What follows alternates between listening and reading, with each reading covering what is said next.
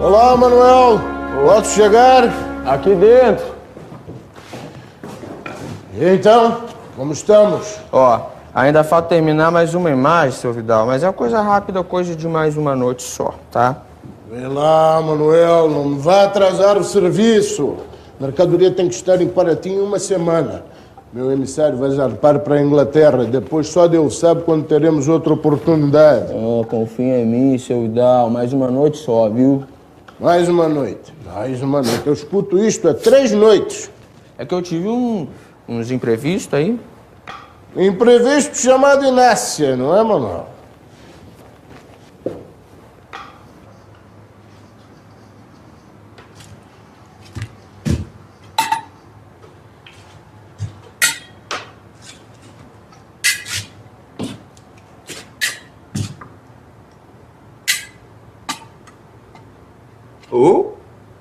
Seus faiscadores fazem um bom trabalho, hein, seu Vidal? Todo dia o senhor traz um bom punhado de ouro. E faiscadores o quê, Manuel? Não tem um minerador trabalhando para mim, não. Se o senhor não tem homem lá na lavra, como é que o senhor arranja tanto ouro assim? Há uma data, que é o dia 16 de julho de 1696. Esse dia foi feita a descoberta do primeiro veio importante de ouro em Minas Gerais, na cidade de Mariana. Se a gente for acompanhar a cronologia da descoberta, nós vamos ter em 1696 Mariana, 1698 Ouro Preto. E Ouro Preto está apenas a 13 quilômetros de distância de Mariana. E logo depois, Sabará, em 1700. Quando nós dizemos descoberta do ouro, a primeira observação que tem que ser feita é que este ouro é, antes e acima de tudo, dinheiro. Quer dizer, não está se descobrindo açúcar, não está se descobrindo couro, não está se descobrindo café, está se descobrindo dinheiro.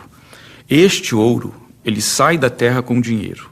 Ele não é uma mercadoria. Ele é diferente do açúcar. O açúcar sai do Brasil como mercadoria.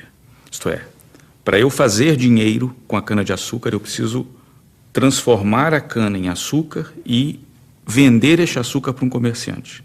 O ouro que brota da terra, em Minas Gerais, nesse momento, é o chamado ouro virgem, ou ouro bruto. Ele não precisa passar por qualquer processo de beneficiamento. O máximo que se vai fazer é soprar para tirar as impurezas, porque ele já vem com um grau de pureza muito elevado.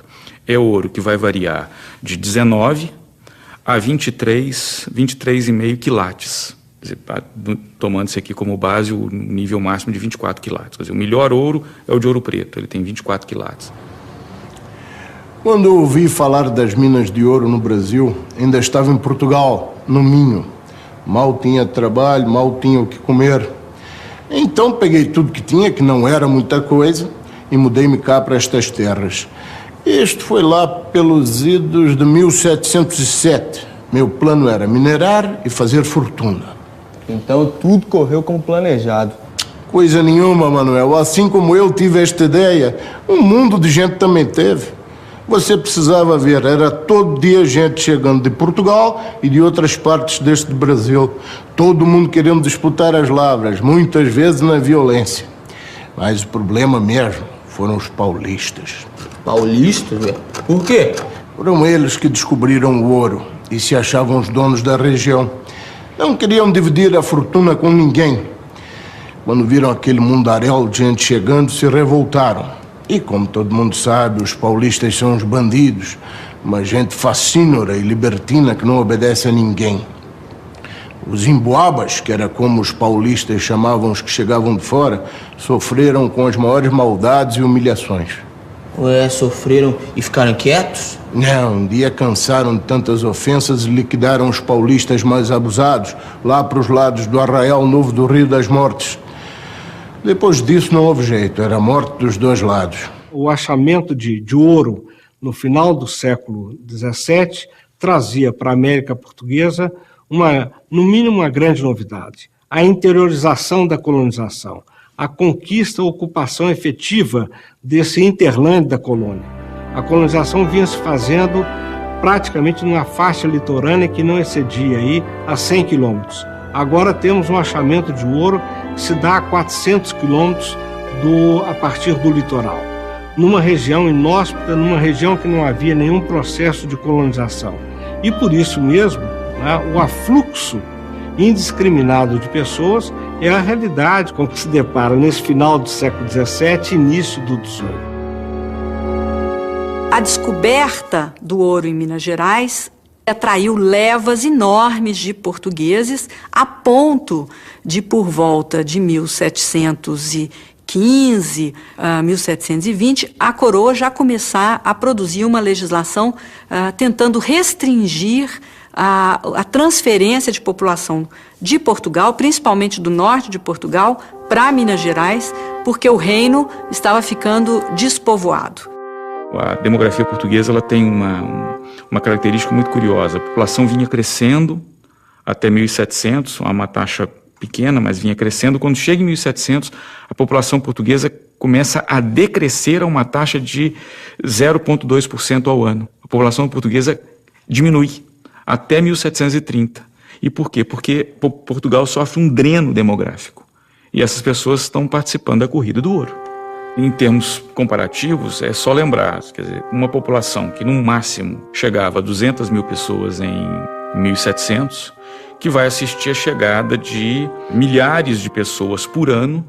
Podemos colocar aí, além dos portugueses que estão chegando, o aumento do número da importação de escravos, então, além da população portuguesa, uma população africana, o que vai fazer com que em muito poucos anos a população da colônia não só dobre, mas decuplique, ela aumente 10 vezes o seu tamanho em muito pouco tempo.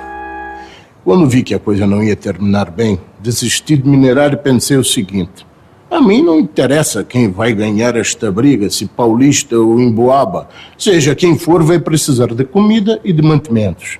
E foi assim que eu fiz a minha vida, fornecendo e abastecendo para toda a região dos moradores do local.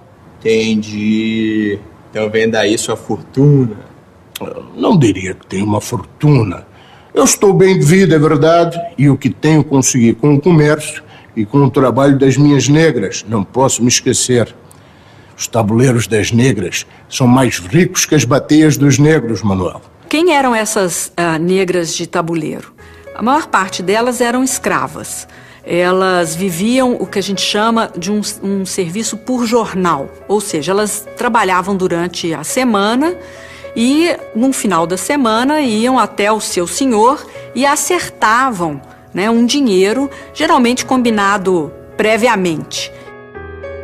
Isso significava que se ela vendesse mais do que ela combinou com o senhor, ela podia ficar com essa diferença, e vice-versa.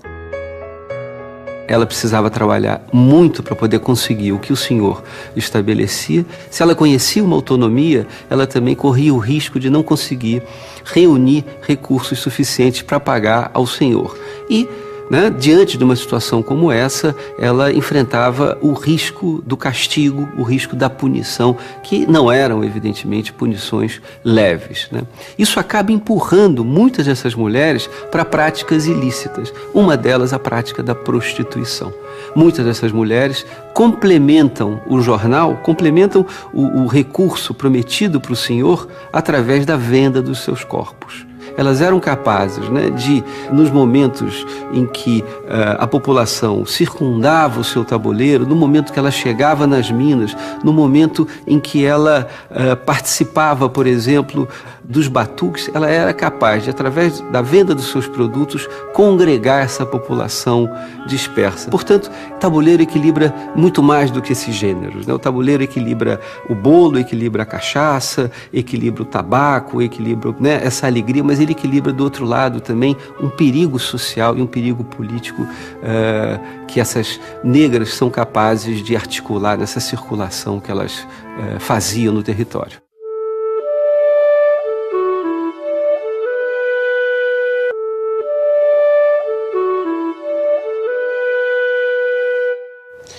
E por falar nas minhas negras, já era hora destas raparigas terem chegado. Elas estão vindo pra cá, é? A Inácia vem também? A Inácia também. Mas nem adianta se animar. Você já deitou com a Inácia mais vezes do que tínhamos combinado. Seus serviços não só já estão pagos, como agora você é quem me deve. Seu Vidal. Seu Vidal, eu não consigo resistir àquela negra. A gente sabe que um engenho colonial, ele demandava um número, por exemplo, de cerca de 300 até 400 escravos para montar um único engenho. Então, logicamente, era uma sociedade onde esse capital estava muito concentrado na mão de poucas pessoas. Na região mineradora, a gente sabe hoje, por estudos demográficos, que a maior parte das pessoas tinham de 1 a 3 escravos. Então, não era uma sociedade miserável, mas era uma sociedade onde esse capital estava mais dissolvido, né, por uma quantidade maior de pessoas, mas que, por sua vez, não eram muito ricas. É preciso considerar que a exploração aurífera não gerou grandes riquezas do ponto de vista pessoal. Esses indivíduos, diferentemente do que acontece em outras partes do Império, não evidenciaram uma riqueza e, por isso, é o que já foi chamada essa região de um falso Fausto, porque, na realidade, ela não congrega ali pessoas que tenham se enriquecido, ao contrário do que encontramos, por exemplo, na região da exploração da cana-de-açúcar no nordeste da colônia.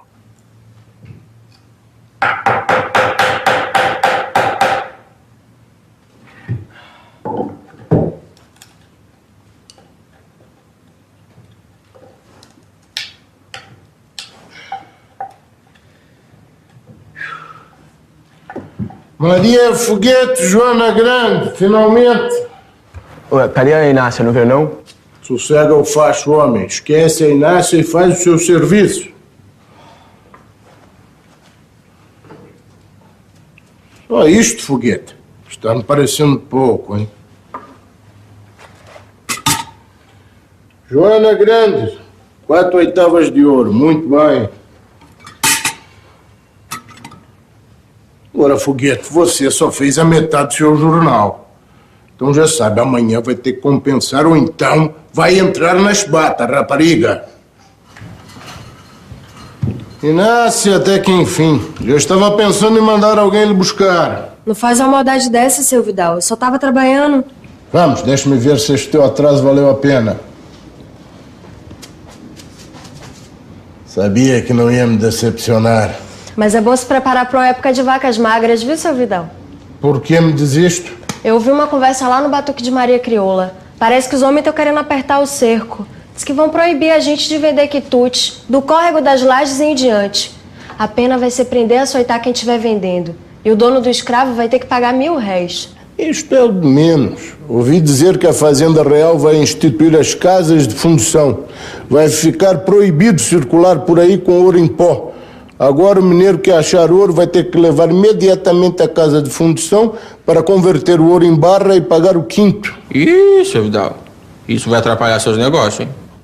Vai nada. Não muda para mim. A Fazenda Real vai encher as estradas com seus dragões fiscais e eu vou continuar a fazer o ouro passar debaixo dos seus narizes. Ou vocês acham que alguém vai suspeitar dos meus santinhos do pau oco? Ainda mais com os frades que arranjei para levar a mercadoria até para ti. Não são como estes frades corruptos e bêbados que vemos por aí para cima e para baixo por estas bandas, não. Eu mesmo conheci um frade que engravidava as suas escravas e andava para aí, para cima e para baixo, bêbado e armado, criando briga por qualquer motivo. Os meus frades não. Os meus frades parecem frades, homens de Deus, mas com uma quedinha para o ouro, porque afinal de contas ninguém é de ferro, não é verdade? As formas de contrabando do ouro eram infinitas. Tudo depende da imaginação humana, né? Logicamente, a forma principal era utilizando-se dos comerciantes, os chamados comerciantes volantes, que circulavam pela capitania. E, a partir do uso desses comerciantes, utilizar os produtos que eles levavam para esconder o ouro. Então, há referências, por exemplo, a ouro escondido em queijos, ouro escondidos, né? O mais famoso, o ouro escondido em santo, chamado santo do pau oco, escondido em rolos de fumo.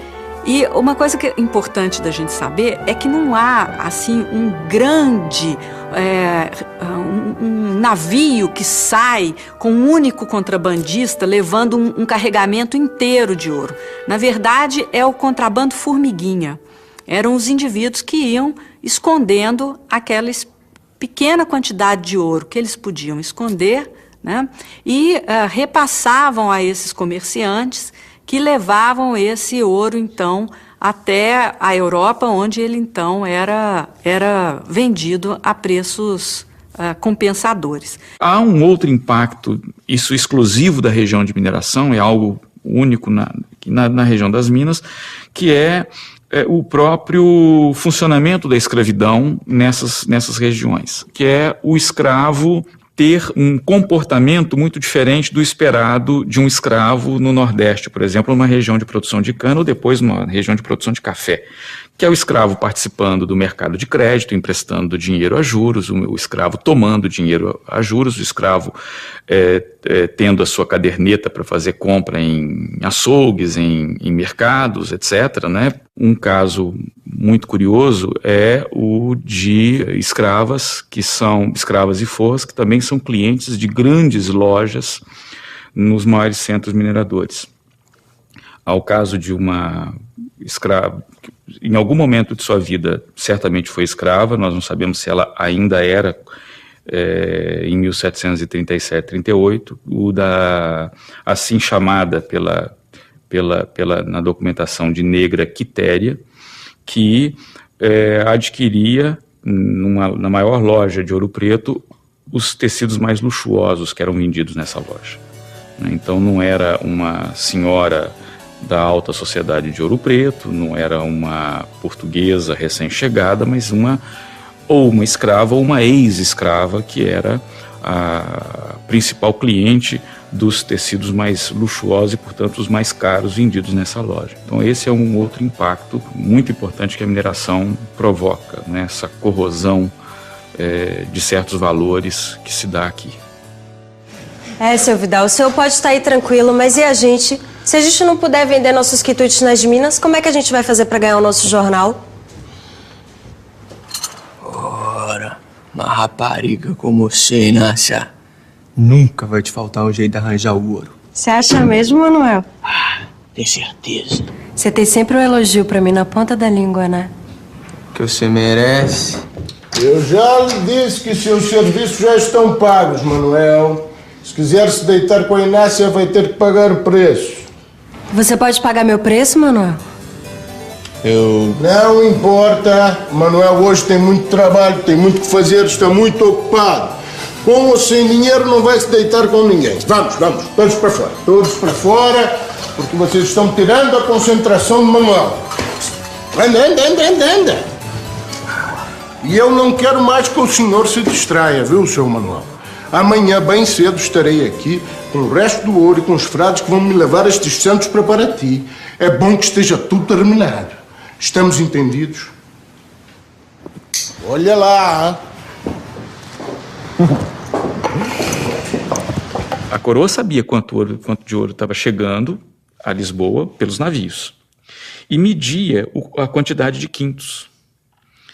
Ela demorou, o curioso é que ela demorou 11, 12 anos para perceber a dimensão da quantidade de ouro, porque os comerciantes estavam lucrando muito e o quinto que chegava era ínfimo, era uma quantidade baixíssima. A coroa só de fato descobriu que havia, ou percebeu que havia, um surto aurífero gigantesco ocorrendo na sua colônia na América em 1711, com a invasão do Rio de Janeiro pelos franceses. E por quê? Porque os franceses colocaram um preço para resgatar a cidade do Rio de Janeiro, em ouro. E esse resgate foi pago, incontinente, rapidamente. Quer dizer, reuniu-se a quantidade de ouro para pagar a libertação do Rio de Janeiro. Os franceses permanecendo no Rio, saímos, mas vocês pagam esse resgate. Nesse momento soou o alarme. Quer dizer, o ouro apareceu.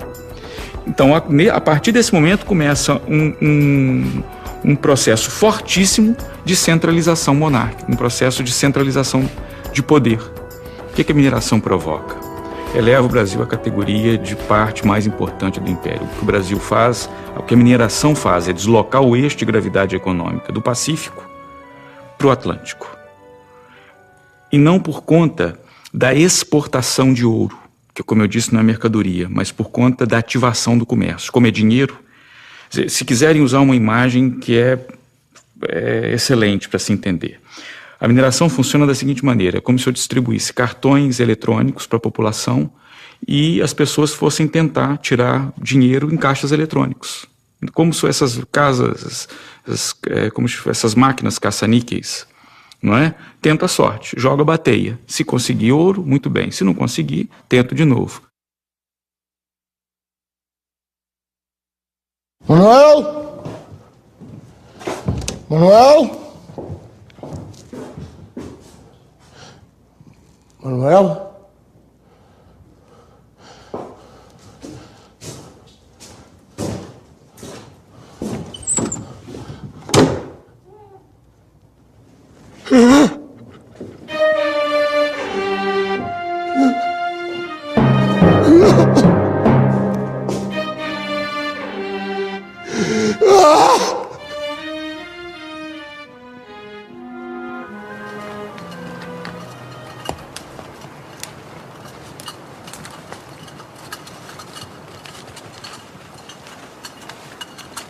Essa escrava é sua?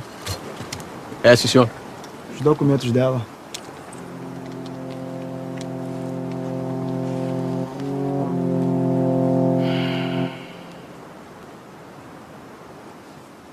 Pode ir.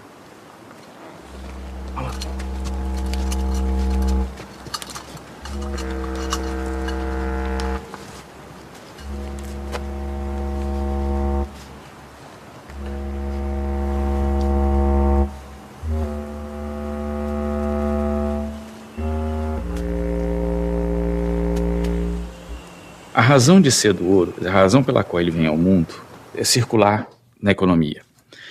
O ouro foi convertido em quê? O ouro foi convertido em gente, portugueses, que foram atraídos para cá. Ele foi convertido em mais gente, africanos, que foram importados para cá. Então, o ouro virou gente para o Brasil. Ele foi trocado por gente.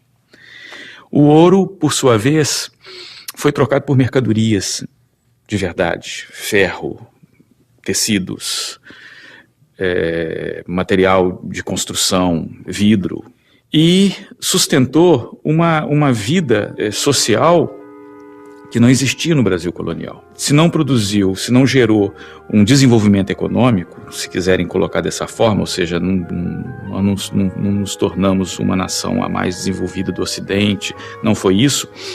Se observarmos no longo prazo, ou seja, ao longo do século XVIII, o ouro provocou uma transformação radical na colônia.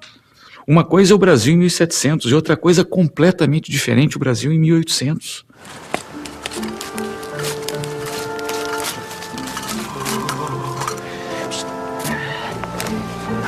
Bora, Neneca.